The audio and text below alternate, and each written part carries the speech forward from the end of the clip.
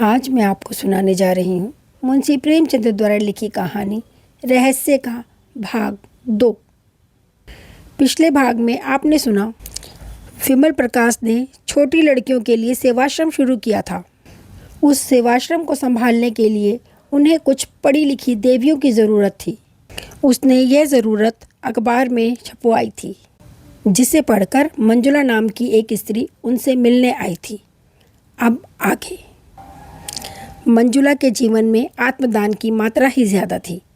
देह को वह इस वासना की पूर्ति का साधन मात्र ही समझती थी। दुनिया की बड़ी से बड़ी विकृति भी उसे शांति न दे सकती थी। मिस्टर मेहरा से उसे केवल इसलिए अरुचि थी कि वह भी साधारण प्राणियों की भांति भोग विलास के प्रेमी थे। जीवन उनके लिए इच्छाओं में बहने का नाम था। स्वार्थ की सिद्धि में नीति या धर्म की बाधा उनके लिए असह्य थी। अगर उनमें कुछ उदारता होती और मंजुला से मतभेद होने पर भी वह उसकी भावनाओं का आदर करते और कम से कम मुख से ही उसमें सहयोग करते, तो मंजुला का जीवन सुखी होता। पर उस भले आदमी की पत्नी से ज़रा भी सहानुभूति न थी और वह हर एक अवसर पर उसके मार्ग में आकर खड़े हो जाते थे और मंजुला मन ही मन सिमट कर रह जाती थी। यहाँ तक कि उसकी भावनाएं विकास का मार्ग ना पाकर टेढ़े मेढ़े रास्तों पर जाने लगी। अगर वह इस अभाव को कला का रूप दे सकती तो उसकी आत्मा को उसमें शांति मिलती। जीवन में जो कुछ ना मिला उसे कला में पाकर वह प्रसन्न होती, मगर उसमें वह प्रतिभा, वह रचना शक्ति ना थी और उसकी आत्मा पिंजरे में बंद पक्षी की भांति हमेशा बेचैन रहती थी। उसका अहम भाव इतना प्रच्छन्न हो गया था कि वह जीवन से विरक्त होकर बैठ सकती थी। वह अपने जीवन को स्वतंत्र और पृथक रखना चाहती थी। उसे इसमें गर्व और उल्लास होता था कि वह भी कुछ है। वह केवल किसी वृक्ष पर फैलने वाली और उसके सहारे जीने वाली बेल नहीं है। उसकी अपनी हस्ती है, अपना कार्यक्षेत्र है। लेकिन यथार्थकर्ताओं के इस संसार में आकर उसे ये मालूम हुआ कि आत्मदान का जो आशय उसने समझ रखा था वह सरासर गलत था। सेवाश्रम में ऐसे लोग आते रहते थे जिनसे थोड़ी सी खुशामद करके बहुत कुछ सहायता ली जा सकती थी, लेकिन मंजुला का आत्माभिमान खुशामद पर किसी तरह राजी ना होता था। उनके यशगान से भरे हुए अभिनंदन पत्र पढ़ना, उनके भवनों पर जाकर उन्हें सेवाश्रम के मुआयने का न्योता देना या रेलवे स्टेशन पर जाकर उनका स्वागत करना, ये ऐसे काम थे जिनसे उसे हार्दिक घृणा थी। लेकिन सेवाश्रम के संचालन का भार उस पर था और उसे अपने मन को दबाकर और कर्तव्य का आदर्श सामने रखकर ये सारी नाजबरदारियाँ करनी पड़ती थीं। यद्यपि वह इन विद्रोही भावों को मकदूर भर छिपाती थी, पर जिस काम में मन ना हो वहाँ उत्साह और उल्लास कहाँ से आए। जिन समझौतों से घबराकर वो भागी थी वे यहाँ और भी विकृत रूप में उसका पीछा कर रहे थे। उसके मन में कटुता आ जाती थी और एकाग्र सेवा की धुन मिट जाती थी। इसके विरुद्ध वह विमल को देखती थी कि उसके चेहरे पर कभी शिकन नहीं आती। वही साहस से मुख, वही उत्सर्ग से भरा हुआ उद्दाव, वही क्रियाशीलता, तन्मयता। छोटे से छोटे काम के लिए हमेशा हाजिर। सेवाश्रम की कोई कन्या या अध्यापिका बीमार पड़ जाए, विमल उसकी तमारदारी के लिए मौजूद है। सहानुभूति का ना जाने कितना बड़ा कोण उसके पास है कि उसमें ज़रा भी क्षति नहीं आती। उसके मन में किसी प्रकार का संदेह या संशय नहीं है। उसने एक रास्ता पकड़ लिया है और उस पर कदम बढ़ाता चला जा रहा है। उसे विश्वास है इसी रास्ते से वह अपने ध्येय पर पहुंचेगा। राह में जो यात्री मिल जाते हैं उन्हें अपना संगी बना लेता है। जो कलेवर लेकर चला है वह संगियों को बांट कर खाने में आनंद पाता है। उसे नित्य परेशानियां उठानी पड़ती हैं, खुशामदें करनी पड़ती हैं, अपमान सहने पड़ते हैं, अयोग्य व्यक्तियों के सामने सिर झुकाना पड़ता है, भीख मांगनी पड़ती है, मगर उसे गम नहीं। वह कभी निराश नहीं होता, कभी बुरा नहीं मानता। उसके अंदर कोई ऐसी चीज़ है जो हज़ारों ठोकरें खाने पर भी ज्यों के त्यों उछलती और दौड़ती रहती है। अध्यापिकाएं अक्सर साधारण सी बातों पर शिकायतें करने लगती हैं, कभी कभी रूठ जाती हैं और सेवाश्रम से विदा हो जाना चाहती हैं। अगर धोबन ने कपड़े खराब धोए या कहारिन ने उनकी साड़ी में दाग डाल दिए या चौकीदार ने उनके कुत्ते को दुत्कार दिया, उनके कमरे में झाड़ू नहीं लगी या ग्वाले ने दूध में पानी मिला दिया, तो इसमें सेवाश्रम के अधिकारियों का क्या दोष।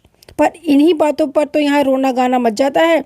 दुनिया सिर पर उठा ली जाती है और विमल सेवक की भांति अनुनय विनय करके उनका गुस्सा ठंडा करता है, उनकी घुड़कियाँ सुनता है और हंसकर रह जाता है। फल ये है कि अध्यापिकाओं की उस पर श्रद्धा होती जाती है। वह उसे अपना अफसर नहीं, अपना मित्र और बंधु समझती हैं। मगर मंजुला विमल से कुछ खिंची रहती है। कभी उससे कोई शिकायत नहीं करती, कभी उससे किसी मामले में सलाह नहीं लेती। यद्यपि वह दिल से समझती है कि जिस दुनियादारी को वह आत्मा का पतन कहकर उसे हे समझती है, वह वास्तव में विकसित मानवता का ही रूप है। फिर भी अपने सिद्धांत प्रेम के अभिमान को तोड़ डालना उसके लिए कठिन है, और इस अभिमान के होते हुए भी विमल की विशुद्ध निस्वार्थ व्यवहारिकता उसे जबरदस्ती अपनी ओर खींचती है। उसने साधारण मनुष्य के विषय में अनुभव से जो मन में सीमाएं खींच ली थी, विमल उनसे ऊपर था। उसमें स्वार्थ का लेश भी नहीं था, अभिमान उसे छू भी नहीं गया था, उसके त्याग की कोई सीमा नहीं। मंजुला के आध्यात्मिक जीवन में मनुष्य का सबसे ऊंचा आदर्श था, लेकिन विमल को उस आदर्श के समीप देखकर उसे एक प्रकार की हार का बोध होता था। आदर्श का महत्व इसी में है कि वे पहुँच के बाहर हो। अगर वह साध्य हो जाए तो आदर्श ही क्यों रहे। मंजुला अपनी आदर्श भावना को और ऊंचा बनाकर इस विचार से संतोष पाना चाहती है कि विमल अभी उस आदर्श से बहुत दूर है, लेकिन विमल जैसे जबरन उसका श्रद्धा पात्र बनता जाता है और वह अपने को प्रवाह में बहने से रोकने के लिए लकड़ी का सहारा लेती है, पर उसके पैरों के साथ वह लकड़ी भी उखड़ जाती है और फिर वह किसी दूसरी रोक की तलाश करने लगती है और अंत में उसे यह सहारा मिल जाता है। उसने अपनी तीव्र दृष्टि से देख लिया है कि विमल उसकी कारगुजारियों से संतुष्ट नहीं है, फिर भी वह उससे शिकायत क्यों नहीं करता, उससे जवाब क्यों नहीं मांगता। उसी तीव्र दृष्टि से उसने यह भी ताड़ लिया है कि विमल उसके रंग रूप से अप्रभावित नहीं है। फिर भी ये शीतलता और उदासीनता क्यों? क्या इससे ये सिद्ध नहीं होता कि वह कपटी या कायर है? औरों से वो कितना खुलकर मिलता है, कितनी हमदर्दी से पेश आता है, तो मंजुला से वह क्यों दूर दूर रहता है, क्यों उससे ऊपरी मन से बातें करता है? वह पहले दिन का निष्कपट व्यवहार कहाँ गया? क्या वह दिखाना चाहता है कि मंजुला की उसे बिल्कुल परवाह नहीं है, या उससे केवल इसलिए नाराज़ है कि धनिकों की चौखट पर सिर नहीं झुकती?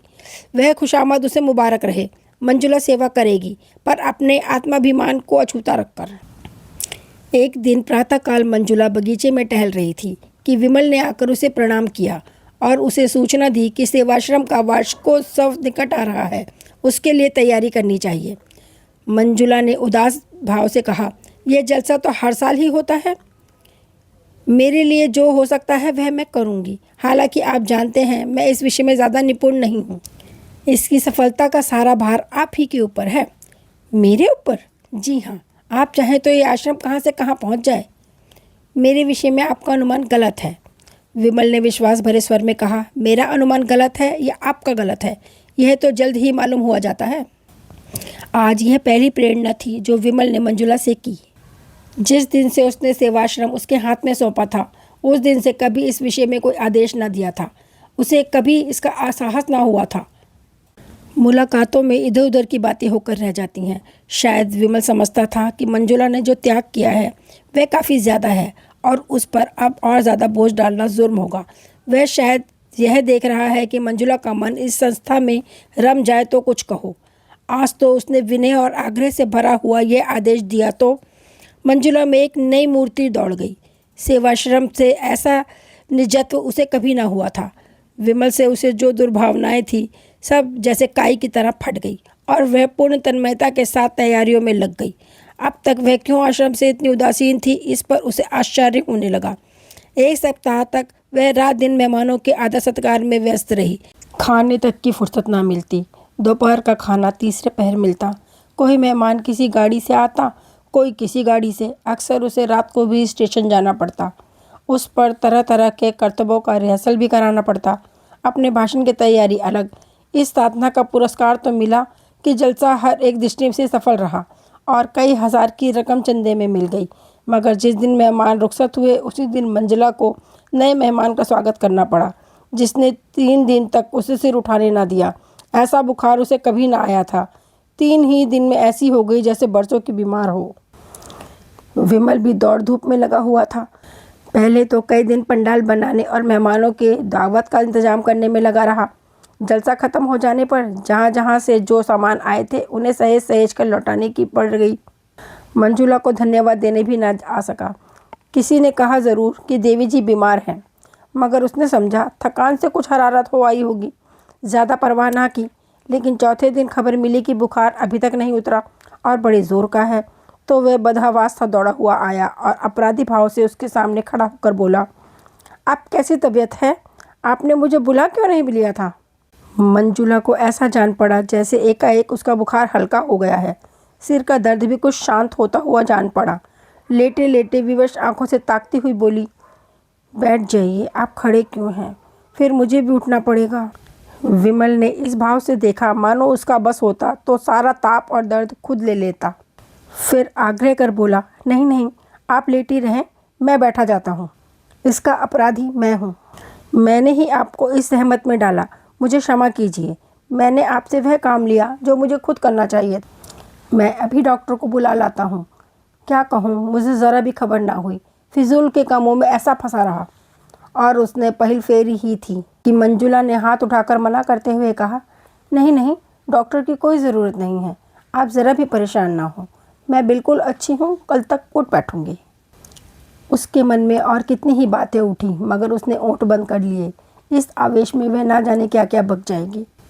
अभी तक विमल ने शायद उसे देवी समझकर उसके सामने सिर झुकाया है, उससे दूर अवश्य रहा है, मगर इसलिए नहीं कि वह समीप आना नहीं चाहता, बल्कि इसलिए कि अपनी सरलता में, अपनी साधना में उसके समीप आने में झिझकता है कि कहीं देवी को नागवार ना गुजरे।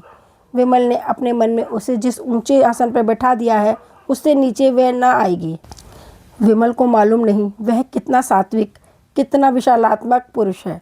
ऐसे आदमी की क्षति में हमेशा के लिए एक आकाश में उड़ने वाली निष्कंटक, निष्कपट सती की धुंधली छाया छोड़ दे जाना कितना बड़ा मोह है। उसने विनोद भाव से कहा, हाँ क्यों नहीं, क्योंकि आप तो मनुष्य हैं और मैं काठ की पुतली। नहीं, आप देवी हैं। नहीं, एक नादान औरत। आपने जो कुछ कर दिखाया वह मैं 100 जन्म लेकर भी ना कर सकता था। उसका कारण भी आपने सोचा? वह स्त्री की विजय नहीं, उसकी हार है।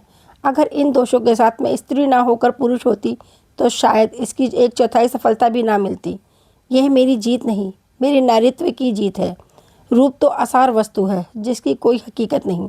वह धोखा है, फरेब है, दुर्बलताओं को छिपाने का पर्दा मात्र है। विमल ने आवेश में कहा, यह आप क्या कहती हैं मंजुला देवी? रूप संसार का सबसे बड़ा सत्य है। रूप को भयंकर समझकर हमारे महात्माओं और पंडितों ने दुनिया के साथ घोर अन्याय किया है। मंजुला की सुंदर छवि गर्व के प्रकाश में चमक उठी। रूप को असत्य समझने के प्रयास में सदैव असफल रही थी और अपनी निष्ठा और भक्ति के मानो अपने रूप का प्रायश्चित कर रही थी। उसी रूप के समर्थन ने एक क्षण के लिए मुग्ध कर दिया, मगर वह संभल कर बोली, आप धोखे में हैं विमल बाबू, मुझे क्षमा कीजिएगा। मगर यह रूप की उपासना आप में कोई नई बात नहीं है। मर्दों ने हमेशा रूप की उपासना की है। थोड़े से पंडितों या महात्माओं ने चाहे रूप की निंदा की हो, पर मर्दों ने प्राय रूपासक्ति ही का प्रमाण दिया है। यहाँ तक कि रूप के लिए धर्म की परवाह नहीं की। और उन पंडितों और महात्माओं ने भी जुबान या कलम से चाहे वह रूप के विरुद्ध विष उगला हो, लेकिन अंतकरण में वे भी उसकी पूजा करते हैं। जब कभी रूप में उनकी परीक्षा की है, उनकी तपस्या पर विजय पाई है। फिर भी जो असत्य है वह असत्य ही रहेगा। रूप का आकर्षण केवल बाहरी आंखों के लिए है। ज्ञानियों की निगाह में उसका कोई मूल्य नहीं। कम से कम आपके मुख से मैं रूप का बखान नहीं सुनना चाहती, क्योंकि मैं आपको देवतुल्य समझती हूँ और दिल से आप पर श्रद्धा रखती हूँ। विमल विक्षिप्त सा जमीन की तरफ ताकता रहा और बराबर ताकता ही चला गया, जैसे वह मूर्छावस्था में हो। फिर चौंक कर उठा और अपराधियों की भांति सिर झुकाए संदिग्ध भाव से कदम उठाता हुआ कमरे से बाहर निकल गया और मंजुला निश्चित बैठी रही। बस यहाँ तक की कहानी आज ख़त्म। आगे की कहानी अब अगले भाग में सुनिएगा।